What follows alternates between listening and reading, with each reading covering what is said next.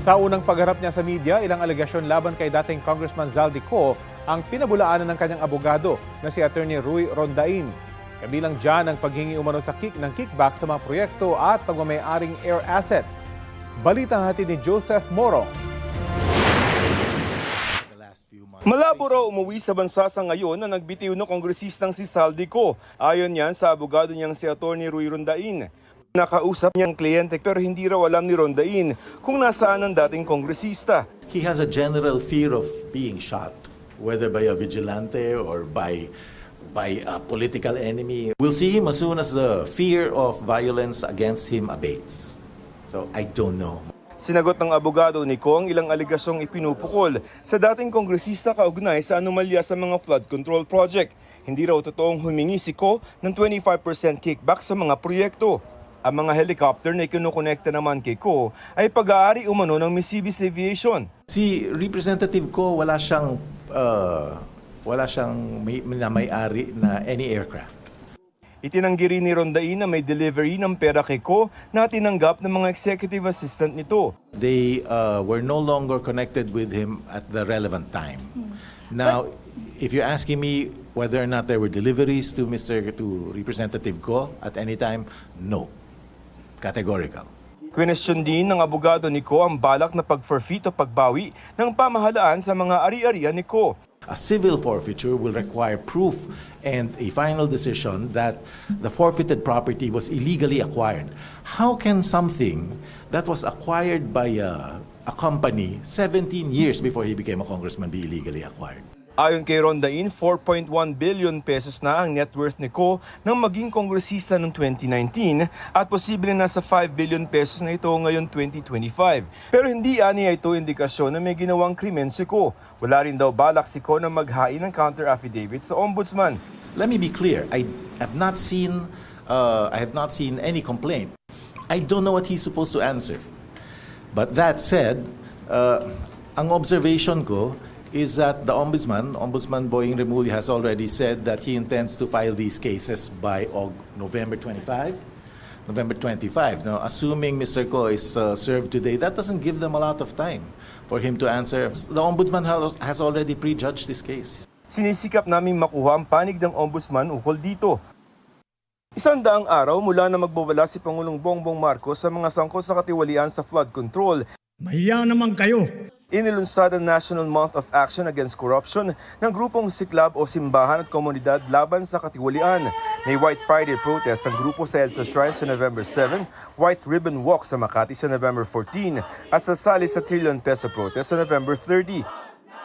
Ang Iglesia ni Cristo magsasagawa ng religious rally sa Rizal Park sa Maynila mula November 16 hanggang November 18.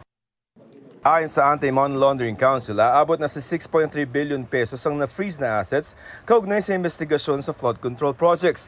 Bumuo na ang Independent Commission for Infrastructure and Technical Working Group para sa assets recovery, kabilang dito ang DPWH, AMLC, Bureau of Customs at iba pa.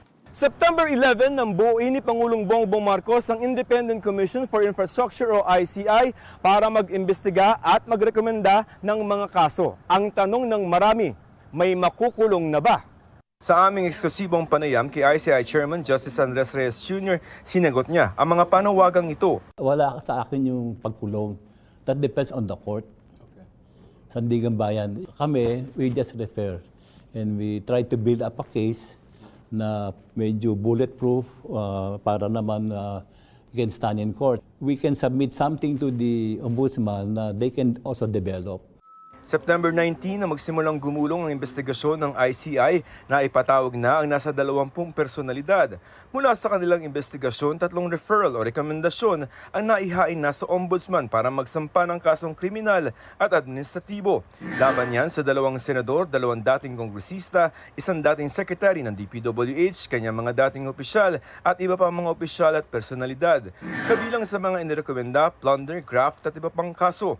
Ayon kay Justice Reyes, kita na nila kung paano ginagawa ang anomalya sa flood control projects na nagsisimula sa mga proponent o mambabatas. Ang laki nang nawalang pera eh. Parang yung project naging parang negotiable instrument, parang cheque na pinapasa-pasa. I don't see how people can make money like that eh. Sobra naman yun, di ba? Kung ibig po bang sabihin, those who are part of that structure, kakasuhan niyo? I-recommend na makasuhan? We base our findings on evidence. Hindi pwede yung speculation or chismis. Well, we already have filed cases against Saldico. Our first case was against SunWest. That solves the problem. As to the other persons, as I said earlier, we will get to there. We will resolve the problem. Kung may nababagalan man daw sa trabaho ng ICI, ito ay dahil kulang pa sila ng mga abogado sa ngayon. Naaprubahan ng Office of the President ang 41 million pesos na budget para sa 2025 at bago daw ito ay walang sweldo ang mga taga-ICI. We will do our best na yung mga maling tao, yung mga may sala ay dapat madala sa hustisya. At sana yung kanilang ninakaw na pera pwede pa mahabol. We are also victims like you. Joseph Morong nagbabalita para sa GMA Integrated News. Mainit na balita, aprobado na ni Pangulong Bongbong Marcos ang rekomendasyon ng NDRRMC na magdeklara ng State of National Calamity. Kasunod yan ng matinding pinsala ng Bagyong Tino at inaasahang pagtama sa bansa ng bagyong tatawaging Uwan. Detalye tayo sa ulat on the spot ni Ivan Mayrina. Ivan? Nagsagawa ng fourth quarter nationwide simultaneous earthquake drill sa iba't ibang bahagi ng bansa kaninang umaga.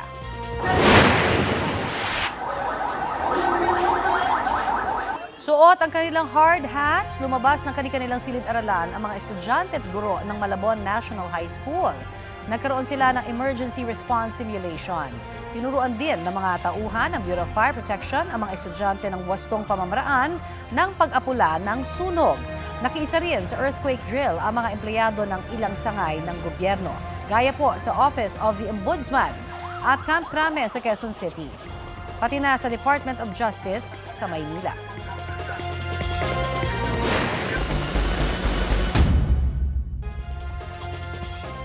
Nagtumba ang puno at sira-sirang bahay ang iniwang pinsala ng pananalasa ng Bagyong Tino sa Tacloban, Leyte.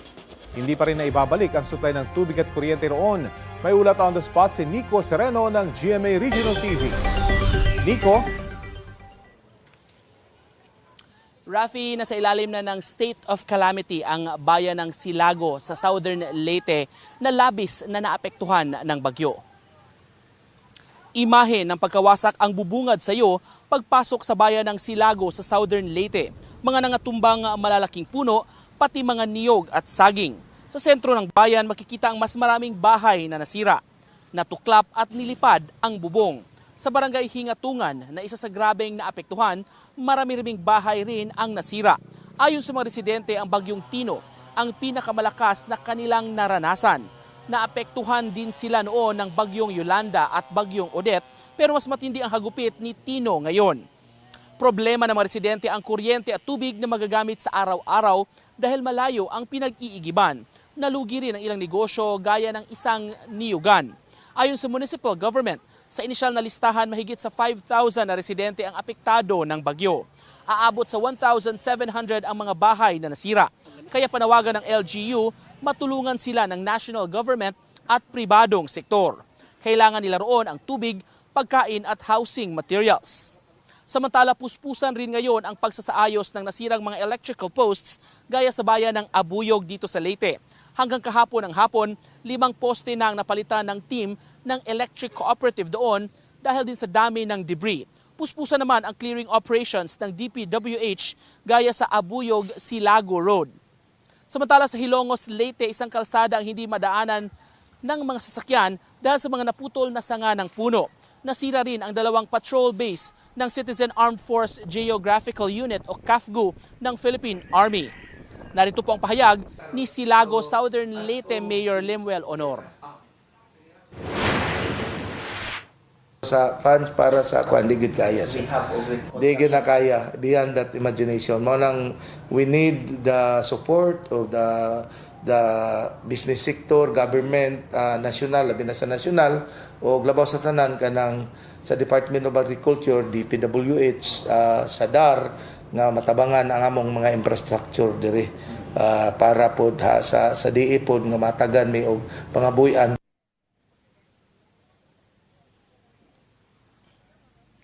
Rafi, sa ibang mga bayan dito sa probinsya ng Leyte, pati na rin sa probinsya ng Southern Leyte, ay hindi pa naibabalik ang linya ng kuryente, pati na rin tubig dahil nakadepende minsan ang mga waterworks systems sa kuryente. Pero kumpara sa day 1, nung pagtama ng bagyo, may marami-rami mga areas na rin dito sa probinsya ang naibabalik na restore na ang power supply. Rafi? Maraming salamat, Nico Sereno. Mainit na balita, kumaunti ang bilang ng mga taong unemployed o walang trabaho sa Pilipinas nitong Setyembre. Ayon sa Philippine Statistics Authority, 1.96 million ang walang trabaho nitong Setyembre. Mas kaunti daw yan kaysa sa mahigit 2 milyon noong Agosto. Katumbas po ito ng 3.8% na unemployment rate. 49.6 million naman ang employed o may trabaho nitong Setyembre, nakatumbas ng 96.2% na employment rate. 5.52 million naman ang underemployed noong nakaraang buwan o yung mga may trabaho pero mas mababa sa kanilang kakayahan o nakukulangan sa kanilang kita. Ito ang GMA Regional TV News. Mainit na balita sa Visayas at Mindanao na ihahatid ng GMA Regional TV. Nag-inspeksyon ng DPWH sa mga lugar sa Cebu na kabilang sa mga napuruhan sa Bagyong Tino. Sara, anong resulta ng kanilang assessment? Rafi, napag-alaman na hindi lang sa Talisay City kailangan ng matinding replanning ng flood mitigation, kundi sa buong Cebu Province. Ayon kay DPWH Secretary Vince Dizon, ang solusyon ay kontrolin ang tubig na galing sa mga lugar na nasa hilaga ng Talisay City, bagay na hindi aniya nagawa sa nakalipas na 10 hanggang 15 taon. Wala raw flood control o water impounding projects gaya sa Cebu City. Kulang-kulang din daw ang mga revetment wall. Ayon sa DPWH, iimbestigahan ng Independent Commission for Infrastructure kung may substandard pang mga proyekto kontra baha sa probinsya. Tinanong ko kay Mayor, when meron bang kinonstruct sa upstream na kahit anong impounding or flood control sa taas, wala. Kung hindi mo kinokontrol yung tubig sa taas, talagang paulit-ulit lang ito mangyari. So that needs to change now. Hindi na pwede. Nag-inspeksyon din ang DPWH kasama ang ilang miyembro ng Independent Commission for Infrastructure sa flood control project sa Davao City. Balitang hatid ni Argil Relator ng GMA Regional TV.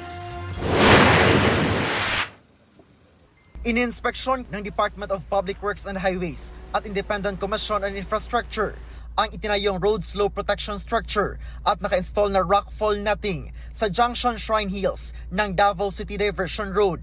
Inakyat ng mga opisyal ang matarik na bahagi ng bundok sa gilid ng highway. May kinuha silang mga cyclone at net sa lugar.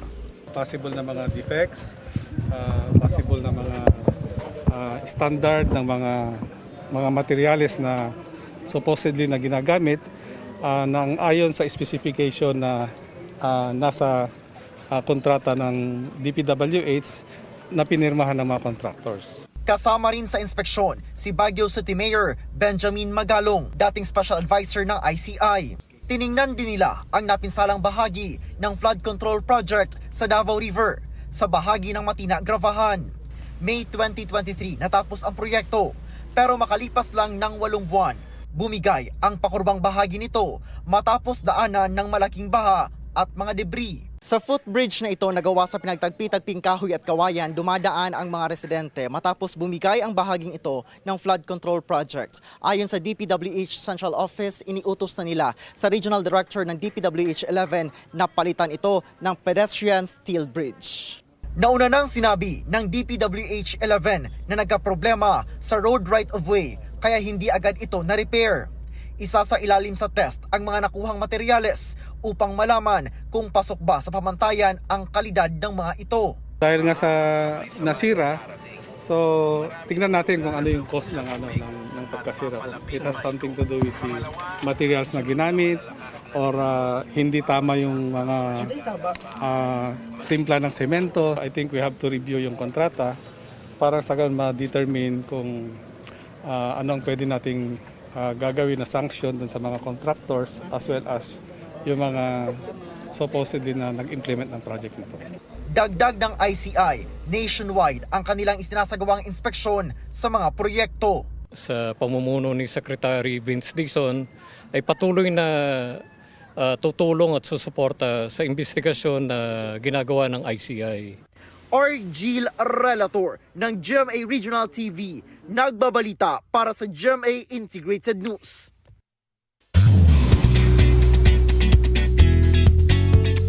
Dalawang kapuso personality ang pasok sa 2025 edition ng Ting Ting's List, The Elegant Filipinas. Si kapuso primetime queen Marian Rivera at si GMA Network Senior Vice President Attorney Annette Gozon Valdez. Kabilang sila sa 10 babaeng binigyan ng pagkilala dahil sa pagiging bukod-tangi sa kani-kanilang larangan. Gaya ng True Elegant Filipinas, nagpamalas daw sila ng kapasidad to create, nurture, and inspire. I think Filipinas have this unique trait of being modest, conservative, and very mindful. So I think that's what makes a Filipina very elegant. Ito ay magsisilbing paalaala na hindi dapat tumitigil ang isang tao na gumawa ng mabuti para sa kapwa niya. It's not about beauty lang talaga. So mas maganda pa rin na ina-extend natin yung tulong natin sa ibang tao. So doon nagiging mas makabuluhan yung buhay natin. Present din sa event, si Sparkle Beauty Queen Michelle D na nagpakitang gilas sa runway.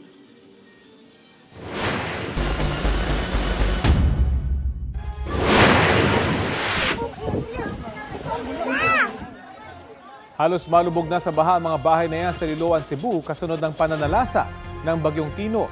Sa taas ng tubig, naglutangan ng mga basura pati ang ilang sasakyan. Ayon sa alkalde ng bayan na si Mayor Algio Frasco, 35 ang nasawi roon dahil sa epekto ng bagyo. Natangay sila ng rumaragasang baha sa kasagsagan ng masamang panahon. Nasa punerarya na sa Liloan ang ilan sa mga nasawi.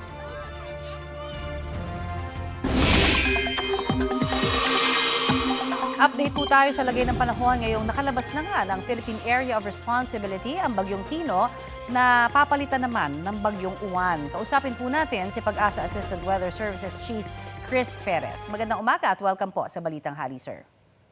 Magandang umaga, Connie, at sa lahat po na ating mga taga-subaybay. Okay, Chris, itong tuluyan na nakalayo na ho sa ating Philippine Area of Responsibility ang Bagyong Tino, ano? Pero ano ba ang magiging lagay ng panahon pa rin natin? May mga effect pa rin ba ito sa ating bansa kahit nakalabas na ito?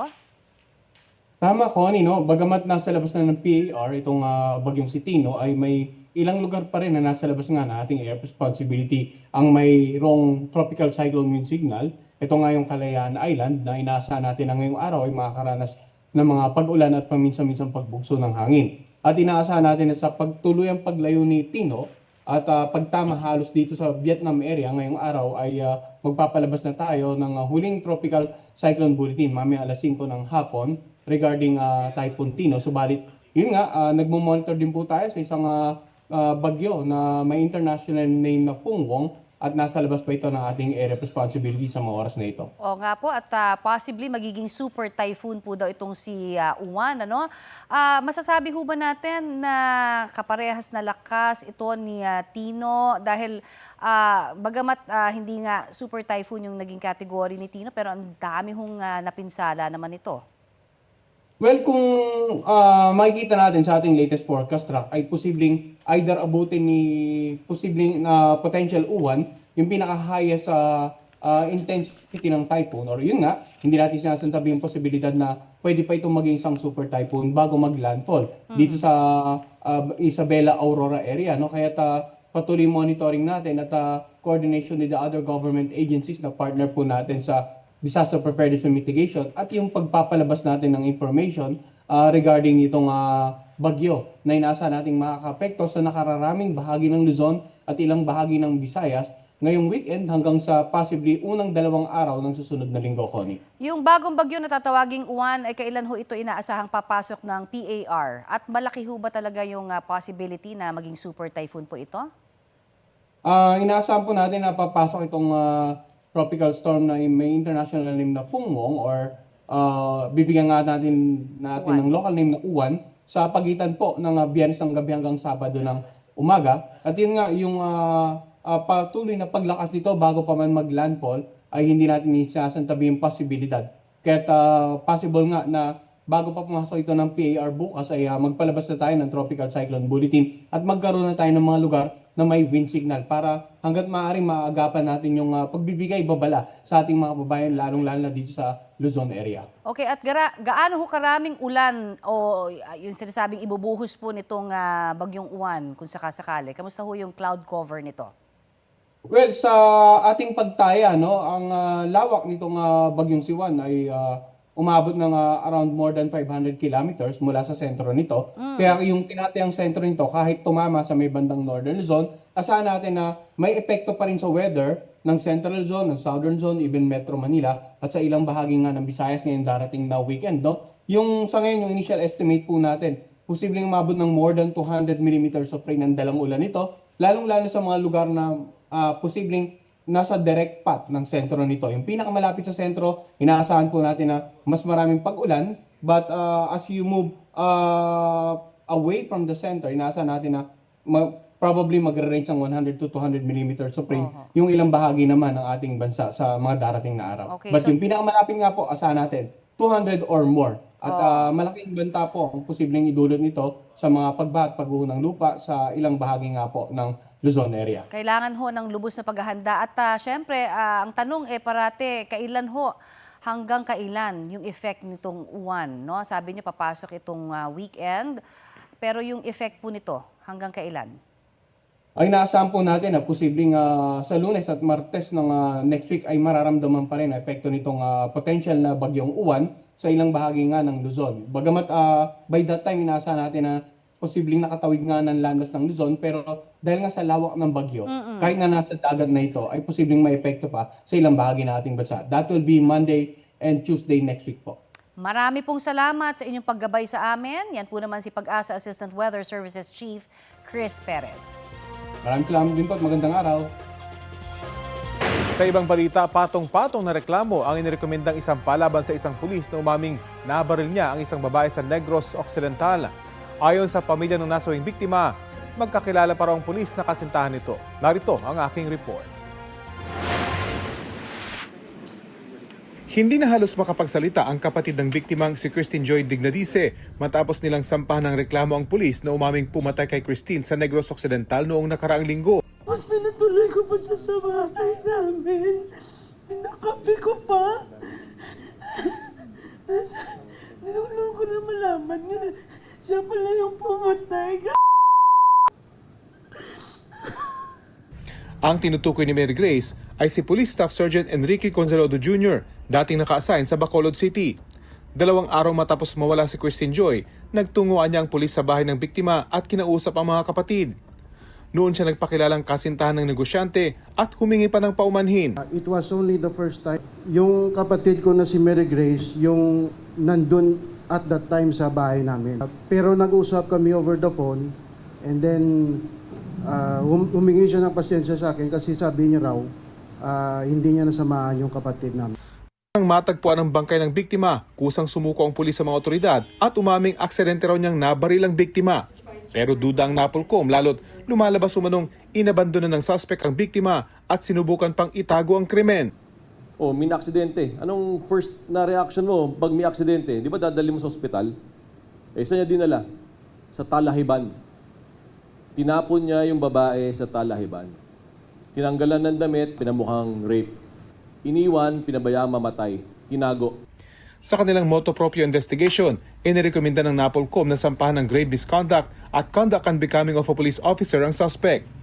Ang mga kapatid ng biktima, hindi rin naniniwalang magkarelasyon sila ng pulis dahil hindi nila ito nabanggit ng biktima.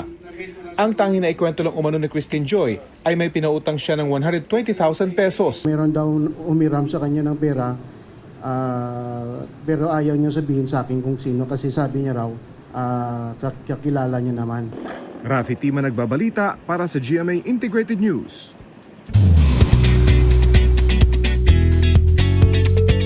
Heads up Aldenatics! May special treat si Asia sa multimedia star Alden Richards para sa inyo this coming December 13. Yan ang ARXV Moving Forward, the ultimate fan meet experience with Alden Richards. Chika ni Alden sa inyong kumare, in celebration niya ng kanyang 15th anniversary sa showbiz industry. Ipinasilip din ni Alden exclusively ang behind the scenes ng kanyang anniversary photoshoot. Gagawin ang fan meet sa kanyang hometown sa Santa Rosa, Laguna. Bago ang big day, magkakaroon din ng events at activities si Alden para sa advocacies na closest to his heart. Sa tinagal-tagal ko sa industriya, hindi pa ako talaga nakagawa ng isang malakihang event sa community kung saan ako lumaki. The essence of everything we're doing for my 15th anniversary is giving back.